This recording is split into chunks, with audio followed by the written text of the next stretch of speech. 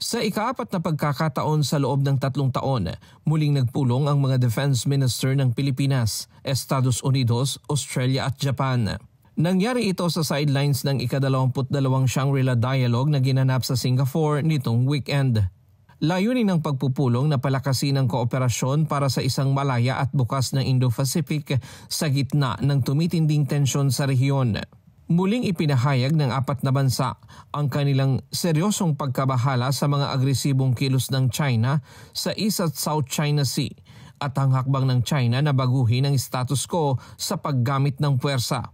Binigyang diin ng mga defense chief ang mapayapang pagresolba sa mga alitan alinsunod sa international law gaya ng UNCLOS. Kabilang sa mga napagkasunduan ang 4 na pangunahing hakbang.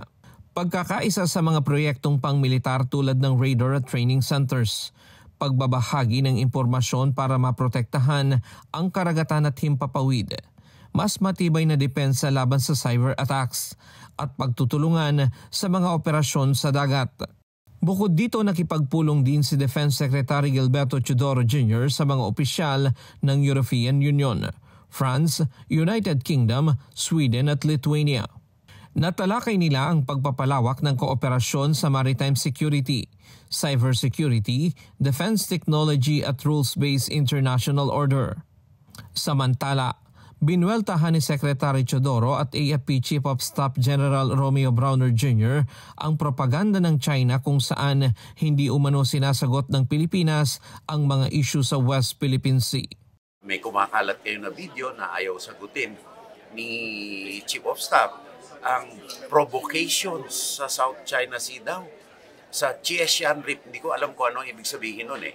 Yan ay utos ng Peking, hindi Beijing Peking. Yan ang tunay na pangalan ng China. Kahapon hinarang ako at yun nga pinipilit tayong tanungin.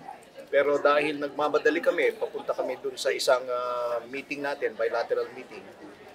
Hindi ko sinagot. But then later on, naglabas sila sa WeChat, binaliktad nila yung istorya na umiiwas daw tayo sa mga tanong nila about West Philippine Sea at yun nga ang paratang nila na tayo daw yung nag-infiltrate or nag-encroach, pumapasok dun sa teritoryo nila.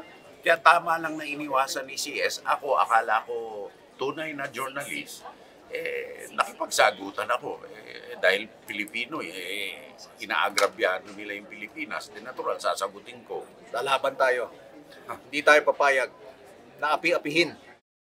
Ayon kay Teodoro, imbes na magpadala ng defense minister sa Shangri-La Dialogue ang China, mga Peking journalists ang kanilang ipinadala. Imbes na magpadala sila ng defense minister, napapadala sila ng mga bata na nagpapanggap na journalist, na ahente ng intelligence nila na nagtatanong na balagbag tapos binabaliktad ang video. Ako, nung ako tinanong, nakipagsagutan ako na matagal.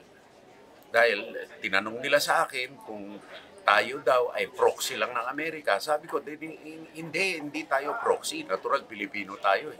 Pero sila magnanakaw ng teritoryo. Nagsagutan na kami nagsagutan, hindi pa nilalabas yun. Pero baka baliktarin na naman nila at ilabas. Ryan Lacanlale, UNTV News and Rescue. Diyos ang aming sandigan, serbisyo publiko ang aming pinahahalagahan.